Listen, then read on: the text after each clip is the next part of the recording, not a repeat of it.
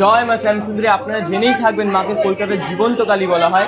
মা জীবন্ত এর প্রথম কারণই ভক্তরা মায়ের কাছে এসে কোনোদিনও খালি হাতে ফিরে যায় না। মানে এটা আমার নিজের দেখা।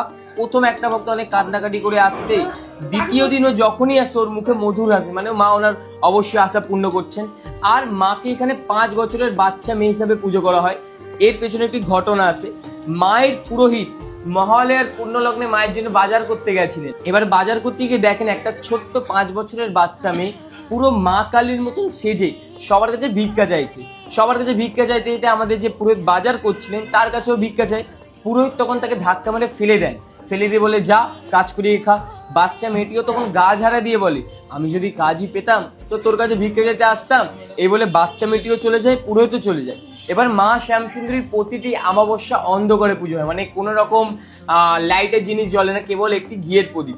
তো ওই দিন মহালয়ার অমাবস্যা অন্ধকারে পুজো হচ্ছে। এবার অন্ধকারে পুজো করতে করতে পুরোহিতের হঠাৎ মন বলছে যেন মা নেই, কিন্তু পুরোহিতের মন আবার বলছে মা তো কালো, তাই হয়তো অন্ধকারে দেখতে পাচ্ছি না।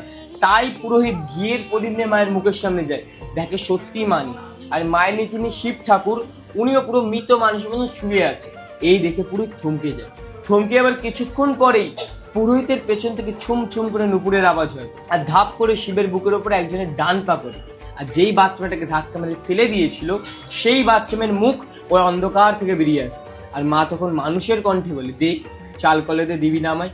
এই শুনে পুরোহিত অজ্ঞান হয়ে যায়। এবার অজ্ঞান অবস্থায় মা ওনার মনে মনে বোঝাচ্ছেন আমি শুধু বড়লোকের মা নই রে, আমি গরিবের মা। তাই এবার থেকে যে কোনো ভক্ত 1 মুঠো চাল আর একটি পাকালা দিয়ে মাকে পুজো দেয়, মা তাদের প্রতিটা মনের বাসনা পূর্ণ করে। আর তখন থেকেই বলা হয় যে ওই বাচ্চা মেয়েটি আজ পর্যন্ত শিব ঠাকুরের ওপর বিরাজমান। তখন যখনই দেখবেন মাকে, দেখবেন ঠিক একটা বাচ্চা মেয়ের মতনই দেখতে। আর মাকে যখন দর্শন করবেন তখন দেখবেন মায়ের বেদের নিচে 9টি বিগ্রহ আছে, নবগ্রহ বিগ্রহ। এই বিগ্রহ থাকার পেছনে একটি বিশেষ কারণ, আমাদের মানুষ জীবনে অনেক রকম গ্রহ দোষ হয়, মাঙ্গলিক, কালসর্প, বিভিন্ন গ্রহ জাতীয় দোষ। এই দোষ থেকে মুক্তি পাওয়ার জন্য বিভিন্ন রকম পাথর, মাদুলি, কবচ ইত্যাদি ধারণ করতে হয়, কিন্তু সবার তো সামর্থ্য হয় না এইসব করার।